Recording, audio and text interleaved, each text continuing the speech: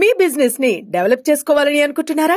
అయితే వెంటనే సంప్రదించవలసిన ఫోన్ నంబర్ 7729969299. అధ్యక్ష, అంటే గంట శ్రీనివాసరావు గారు అడిగిన ప్రశ్న సమాధానం చెప్పే ముందు అంటే గౌరవ సభ్యులందరూ ఉన్నారు కనుక వాళ్ళు ఉద్దేశించి ఒక విషయం చెప్పదలుచుకున్న అధ్యక్ష, మనకున్న 175 నియోజకవర్గాల్లో 169 గవర్నమెంట్ డిగ్రీ కళాశాలలు ఉన్నాయి అధ్యక్ష.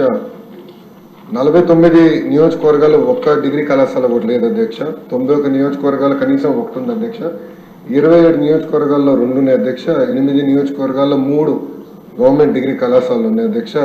జనరల్ ప్రాక్టీస్ ఏంటంటే 20 కిలోమీటర్లు, 20 నుంచి 30 కిలోమీటర్లు కనీసం డిస్టెన్స్ ఉండాలి ఒక డిగ్రీ కళాశాల నుంచి ఒక డిగ్రీ కళాశాల నామ్గా పెట్టుకుని మనం వెళ్తున్నాం అధ్యక్ష.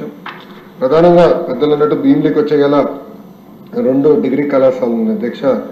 దాంట్లో మన భీమిలీపట్నం డిగ్రీ కళాశాలలో అడ్మిషన్ రేట్ 73% ఉంది. దగ్గరపు వలసలో వచ్చేసి కేవలం 36% ఉంది అధ్యక్ష. ఇది ప్రధానమైన కన్సర్న్. నేను ఎందుకు చెప్తున్నానంటే అధ్యక్ష, ఇక్కడనే కాదు ఆంధ్ర రాష్ట్ర వ్యాప్తంగా కూడా చూస్తే డిగ్రీ కళాశాలలో అడ్మిషన్స్ రేట్ యావరేజ్గా 50% కూడా దాటట్లేదు. అదే ఐటీఐలకు వచ్చే గల పెద్ద ఎత్తున అక్కడ డిమాండ్ అనేది ఉంటుంది, కానీ డిగ్రీకి వచ్చే గల డిమాండ్ అనేది లేకుండా పోయింది. దానికి మీరు అన్నట్టు భవనాలు లేకపోతే ఒక కారణం, ఇంకో కారణం ఫ్యాకల్టీ లేకపోతాం, మూడోది 2 ఉంటే క్వాలిటీ ఆఫ్ మీడియం కరెక్ట్గా లేకపోతాం. ఇక్కడ ఎవరైతే చదువుకుంటున్నారో వాళ్ళ తర్వాత ఉద్యోగాలు ఉపాధికి వెళ్ళినప్పుడు సరిగా రికగ్నైజ్ కాకపోవడం వల్ల కొంత ఇబ్బందులు అనేది ఎదుర్కొంటాం జరుగుతుంది. సో ఇది ఎట్లా ఇండస్ట్రీ ఫోకస్డ్గా, ఇండస్ట్రీ సెంట్రిక్గా ఎలా చేయాలనే లక్ష్యంగా మన ప్రభుత్వం పనిచేస్తుందని గౌరవ సభ్యులకు తెలుపుతున్న అధ్యక్ష. గవర్నమెంట్ జూనియర్ కళాశాలకు వచ్చే గల మధురవాడలో ఆల్రెడీ ఒక కళ ఉంది అధ్యక్ష. కళాశాల ఫస్ట్ ఇయర్ 128 మంది విద్యార్థులు ఉన్నారు. సెకండ్ ఇయర్ 84, 2 కలిపితే 212 మంది విద్యార్థులు ఉన్నారు అధ్యక్ష. ఇంకోటి వచ్చేది పద్మనాభం దగ్గర హై స్కూల్ ప్లస్ అధ్యక్ష, స్ట్రెంత్ 34 ఉంది అధ్యక్ష. దాన్ని కూడా నేను ఎక్స్ప్లెయిన్ చేస్తాను. దగ్గర వలసకు వచ్చగల స్ట్రెంత్ అక్కడ లేకపోయినా, జూనియర్ కళాశాల అక్కడ లేకపోయినా భీమిలీపట్నం దగ్గర ఉంది కనుక అది 5 కిలోమీటర్ల దూరం కనుక అక్కడ 709 మంది విద్యార్థులు ఉన్నారు. General first year 167, general second year 139, vocational first year 208, vocational second year 175 మంది ఉన్నారు అధ్యక్ష. సో దగ్గర వలస దగ్గర నుంచి చూస్తే 450 మంది విద్యార్థులు అక్కడికి వెళ్తున్నారు అధ్యక్ష. సో ఇది ఎందుకు చెప్తున్నానంటే ప్రధానంగా గత ప్రభుత్వం హై స్కూల్ ప్లస్ అని తీసుకొచ్చారు అధ్యక్ష. అంటే 11th 12th కూడా హై స్కూల్లోనే ఉంటుందని చెప్పారు అధ్యక్ష. కానీ ఇంటర్మీడియట్ ఎడ్యుకేషన్, ప్రత్యేకంగా మన రాష్ట్రంలో ఇంటర్మీడియట్ ఎడ్యుకేషన్కి స్కూల్ ఎడ్యుకేషన్ చాలా తేడా ఉంటుంది అధ్యక్ష. అది వాళ్ళు గమనించకుండా సరైన స్టాఫింగ్ ఇవ్వకుండా ఈ సంస్కరణ తీసుకొచ్చిన దానివల్ల మీరు చూస్తే కేవలం 34 మంది విద్యార్థులు ఉన్నారు. దానికోసం మేము చాలా సీరియస్గా బోర్డ్ ఆఫ్ ఇంటర్మీడియట్ ఎడ్యుకేషన్ మేము చాలా రిఫార్మ్స్ కూడా తీసుకొస్తున్నాం అధ్యక్ష. మీరు చూస్తే గత ప్రభుత్వం టెక్స్ట్ బుక్స్ కూడా ఇవ్వలేదు అధ్యక్ష. ఇంటర్మీడియట్ విద్యార్థులకి గత ప్రభుత్వం టెక్స్ట్ బుక్స్ కూడా ఇవ్వలేదు అధ్యక్ష. నేను మంత్రి అయిన తర్వాత తొలి నిర్ణయం తీసుకుని టెక్స్ట్ బుక్స్ ఇవ్వాలని నిర్ణయం తీసుకున్నాం. అంతేకాకుండా టీచింగ్ని బలోపేతం చేయాలి, విద్యార్థుల్ని అసెస్ చేయాలి, ఏబీసీ కేటగిరీ కింద అసెస్ చేసి ఏ విద్యార్థులకి అయితే అడిషనల్ సప్లిమెంటేషన్ అవసరం ఉందో వాళ్ళకి మెరుగైన బ్రిడ్జ్ కోర్సులు ఏర్పాటు చేసి వాళ్ళని ఎట్లా ఇంప్రూవ్ చేయాలని దానిపైన కూడా మేము వర్కౌట్ చేస్తున్నాం అధ్యక్ష.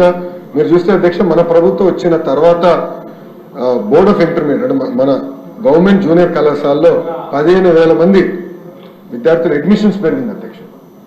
గర్వంగా చెప్తున్నా 10% మన అడ్మిషన్స్ ఒకే సంవత్సరంలో పెంచడం జరిగింది అధ్యక్ష. నా పక్కనే గౌరవ మంత్రివర్యులు నారాయణ గారు కూర్చున్నారు. నారాయణ గారితో పోటీ పడే విధంగా, అంటే వాళ్ళ సంస్థలతో పోటీ పడే విధంగా మేము ప్రభుత్వ ఇంటర్మీడియట్ కాలేజీని మనం తీర్చిదిద్దాలి, జూనియర్ కళాశాలని తీర్చిదిద్దాలి లక్ష్యంతో మేము పనిచేస్తున్నాం. మేము వాస్తవంగా మేము కూడా నేర్చుకుంటున్నాం. బెస్ట్ ప్రాక్టీసెస్ మార్కెట్లు ఏంటి, గైడ్స్ ఏంటి.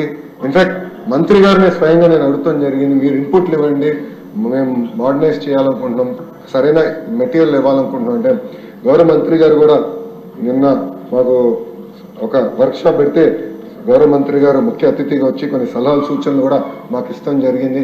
ప్రధానంగా ఇంటర్కి వచ్చి గల కేవలం 2 సంవత్సరాలే కాదు, 9వ తరగతి నుంచి మీరు కార్యక్రమం మొదలు పెడితే బాగుంటుందని గౌరవ మంత్రి గారు కూడా నన్ను కోరటం జరిగింది. అంటే ఓరియంటేషన్ ట్రైనింగ్ చేస్తే బాగుంటుందని కోరటం జరిగింది.